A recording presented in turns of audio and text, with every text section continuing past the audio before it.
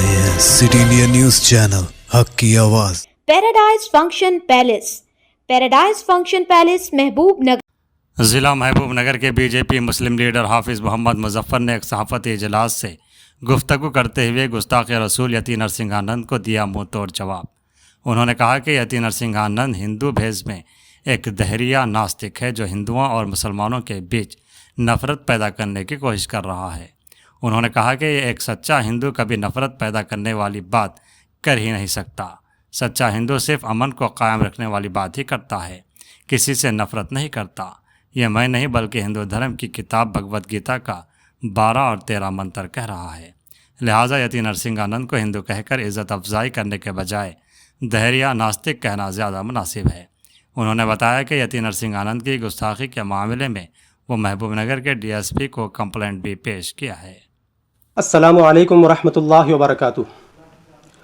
मोहतरम बुज़ुर्गों और दोस्तों, जैसा कि आप सभी जानते हैं कि गुज़िश्ता कुछ दिनों पहले हरिद्वार जैसे पुण्य भूमि में, जहाँ पर वेदोपनिषद का वास है, उस जैसे पुण्य भूमि से एक पाखंडी बाबा जो कि यती नरसिंहानंद जिसका नाम है, वो हमारे प्यारे आका हज़रत मोहम्मद सल्लल्लाहु अलैहि वसल्लम के ऊपर गुस्ताखी करता है। सभी मुसलमान ये कह रहे हैं कि वो हिंदू है, जिसकी वजह से हमारे आका पर ये इल्ज़ामात लगा रहा है। तो मैं सबसे पहले मेरे मुसलमान भाइयों से ये कहना चाहूँगा कि उसको हम हिंदू कहकर उसकी बेइज्जती नहीं बल्कि उसकी इज़्ज़त अफजाई कर रहे हैं, क्योंकि हिंदू का डिफिनेशन ये है कि वो सभी से मोहब्बत करे, किसी से नफ़रत ना करे। अब यहाँ पर हम क्या बात गौर कर रहे हैं कि वो ना तो किसी से मोहब्बत कर रहा है बल्कि दूसरों को नफ़रत भड़का रहा है। तो इससे ये बात साबित हो रही है कि वो हिंदू नहीं हो सकता। और इस बात की दलील मैं अपनी तरफ से नहीं बल्कि भगवत गीता, उसका हवाला है कि भगवत गीता 12वां अध्याय है और 13वां श्लोक है।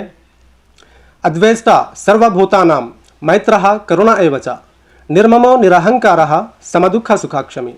इसका मतलब, इसका अर्थ ये है कि जो शख्स सभी के साथ में, तमाम इंसानियत के साथ में हुस्न अखलाक के साथ रहता है, सबको प्यार और मोहब्बत करता है, किसी से कोई नफ़रत नहीं रहती, ऐसा शख्स ही मुझे प्यारा है, ऐसा शख्स ही मुझे महबूब है, ये कहा जा रहा है भगवत गीता में। सभी सनातन धर्म वाले इसको मानते हैं।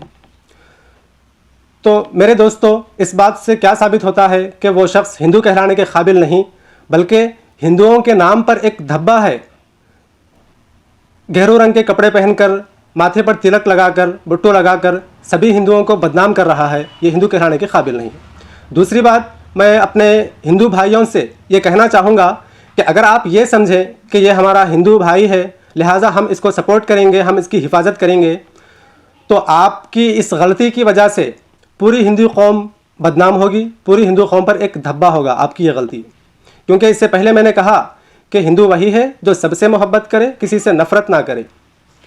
वेद में कहा गया कि सर्वे जना सुखिनो भवन्तु। इसमें यह बात नहीं कही गई कि सर्व हिंदू सुखिनो भवन्तु। इसमें यह कहा जा रहा है कि सर्वे जना सुखिनो भवन्तु, जितने भी जनजाति हैं सब सुख और शांति के साथ में रहें। मैं एक मुसलमान होने की हैसियत से जब भी हुजूर नबी पाक सल्लल्लाहु अलैहि वसल्लम की सीरत को पढ़ता हूँ, उनकी तालीमात को पढ़ता हूँ, तो हुजूर सल्लल्लाहु अलैहि वसल्लम की सीरत में मैं श्री राम जी को भी देखता हूँ, श्री राम जी को भी याद करता हूँ कि उनके भी तो ऐसे ही तालीमात हैं। और जब मैं श्री राम जी की तालीमात को पढ़ता हूँ, श्री राम जी के वाक़यात को पढ़ता हूँ, तो उस वक्त में मैं हज़रत मोहम्मद सल्लल्लाहु अलैहि वसल्लम को भी देखता हूँ कि उनके भी तालीमात ऐसे ही हैं।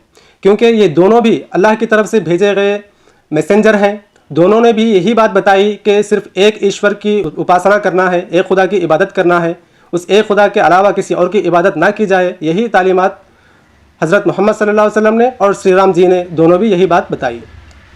तो इस बात से क्या समझ में आता है कि सनातन धर्म को मैं फॉलो कर रहा हूँ या फिर वो स्वामी जी, इस बात का फैसला आप खुद कर सकते हैं। और तीसरी बात, मैं सभी धर्म के उलमा से ये करना चाहूँगा, जैसा कि हिंदू मज़हब के या फिर मुस्लिम मज़हब के और ईसाई मज़हब के जितने भी उलमाए हैं, उन सब से मैं ये कहना चाहूँगा कि वो अपने बयानात में नफ़रतबाजी के बजाय सिर्फ़ और सिर्फ प्यार और मोहब्बत की बात बताएं। लोगों को जो बात आप बताते हैं उसी पर लोग फॉलो करते हैं, क्योंकि लोग आप पर भरोसा करते हैं कि आप जो भी बात बताएंगे वो धर्म के आधार पर बताएंगे। तो लोगों को नफ़रतबाजी के बजाय मोहब्बत का पैगाम दें, तभी हमारा ये हिंदुस्तान विश्व गुरु बन सकता है, यानी तमाम ममालिक से बेहतर मुल्क हमारा हिंदुस्तान तभी बन सकता है।